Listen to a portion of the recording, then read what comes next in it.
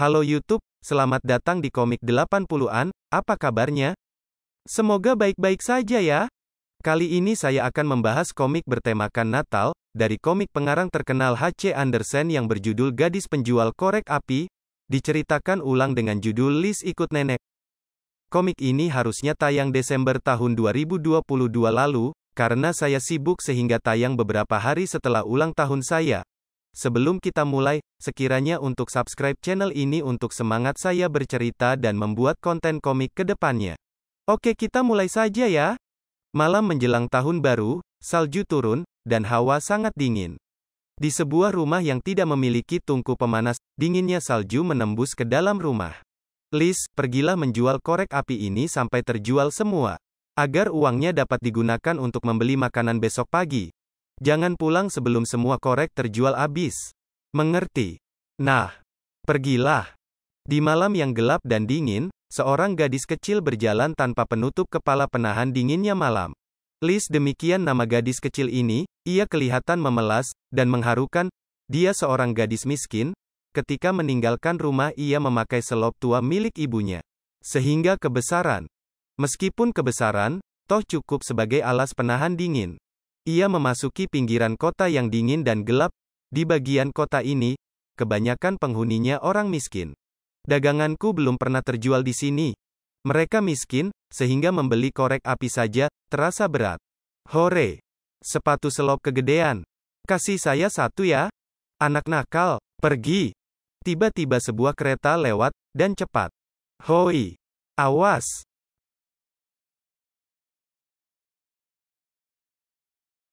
Hore, dapat selop tua, akan kubuat buayan jika aku sudah kawin nanti. Kembalikan selopku. Kau anak nakal. Hahaha. Dan, selop yang satunya. Entah di mana, hilang. Oh, saya tidak memiliki selop lagi. Alangkah dinginnya. Kini ia tidak bersepatu. Salju yang dingin membekukan darah di telapak kakinya, namun ia terus berjalan menuju tempat yang ramai. Untuk menjajakan korek apinya. Siapa membeli? Korek. Korek api, murah. Namun tak seorang pun yang mau membeli korek apinya, sungguh kasihan gadis itu. Korek, korek, korek, aku tidak membutuhkannya. Di rumahku ada tungku perapian yang hangat. Belum satu pun yang laku. Ayah pasti sangat marah jika aku pulang dengan tangan hampa. Sedangkan di sini, aku dingin dan lapar. Oh, mungkin Dewi Fortuna belum mendekatiku. Alangkah dinginnya.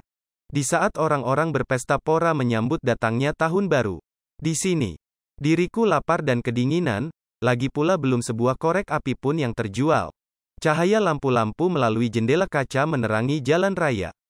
Sedangkan lagu-lagu Natal masih juga terdengar di beberapa rumah di pinggir jalan. Dan bau angsa panggang yang harum dan gurih, tercium di mana-mana. Oh, ini malam tahun baru. Biasanya orang-orang pada duduk di perapian sambil makan minum yang enak-enak. Oh, di dalam kedinginan itu, Liz melamun ia berada di sebuah pesta. Bersenang-senanglah anak manis. Bergembiralah. Hawa yang hangat dan suasana yang meriah, membuat hatinya mekar. Mereka menghormati aku seperti putri raja layaknya. Jika begini terus, oh nikmatnya, aku lupa pada penderitaanku. Tetapi, mendadak datang angin kencang ke dalam ruangan itu. Semua lampu padam, semua menjadi gelap gulita, dan terasa dinginnya malam yang bersalju. Kok gelap dan dingin sekali? Oh, rupanya aku tadi cuma melamun. Dengan lesu ditinggalkannya tempat itu. Di saat orang-orang di puncak kegembiraannya berpesta pora makan minum menyambut datangnya tahun baru. Tapi, gadis ini dalam puncak penderitaannya, lapar dingin. Dan, badanku letih, tak kuat berjalan lagi. Udara sangat dingin dan kakiku seperti beku. Oh, Tuhan tolonglah hamba. Liz meneduh di emperan antara dua rumah yang berdempetan. Ada sedikit tempat yang tidak terkena salju. Aku ingin beristirahat. Tak kuat aku. Seandainya ada tungku perapian, badanku akan terasa hangat. Dan, seandainya ada angsa panggang dan segelas anggur. Oh, lezatnya. Tetapi, semua itu hanya hayalan belaka. Aku cuma seorang gadis miskin, tidak terurus. Dan, saat ini dalam penderitaan. Membayangkan yang indah-indah, bahkan semakin menyiksa diriku. Oh, mengapa dinginnya malam ini tidak kuusir saja dengan nyala korek api? Lebih baik aku mencobanya.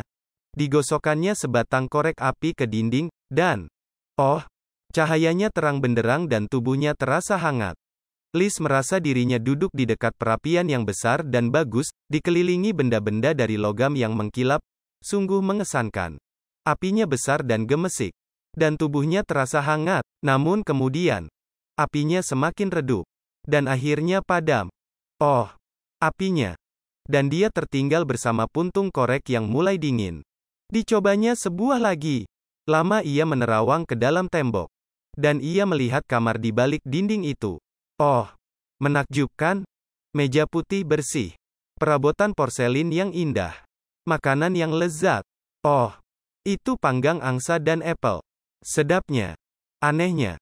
Panggang ayam itu menari-nari di mukanya, seperti ingin disantap. Oh, tatkala hendak diraihnya, korek apinya habis nyalanya. Dan tinggallah tembok hitam dan kotor. Ia termenung sedih. Semua hanya sementara. Semua cepat berakhir. Akhirnya, korek ini akan habis juga.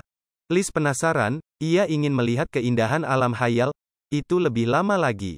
Maka, dinyalakannya sekaligus beberapa batang korek api.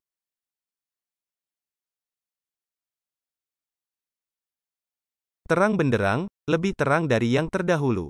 Nah, kini ia berada di dekat pohon Natal yang besar dan indah, pohon Natal yang paling indah selama hidupku. Baru sekarang aku menjumpainya. Lampunya warna-warni. Semarak mempesona. Liz mengangkat tangannya hendak mengelus pohon Natal. Loh, koreknya terlepas dan padam. Oh, habis lagi. Dan pohon Natal itu naik ke atas. Semakin tinggi, tinggi. Menuju langit dan akhirnya pohon itu bersatu dengan bintang yang gemerlapan. Oh, Liz menyaksikannya dengan terpesona. Tiba-tiba ada bintang jatuh dan meninggalkan garis terang di langit. Kata nenek, jika ada bintang jatuh, ada jiwa manusia yang diambil Tuhan. Oh, tiba-tiba aku teringat nenekku yang baik hati. Ia sudah lama pergi. Lapar dan haus tak tertahankan lagi. Sedangkan yang ada hanya butiran salju yang putih berkilauan. Mungkin ini dapat menangsal perutku. Orang lain mungkin tidak akan melakukannya tapi saya terpaksa. Tapi, salju di perutnya menyebabkannya sangat kedinginan. Tidak tahan dinginnya. Semoga ini dapat menolongku. Ketika api menyala. Oh, nenek.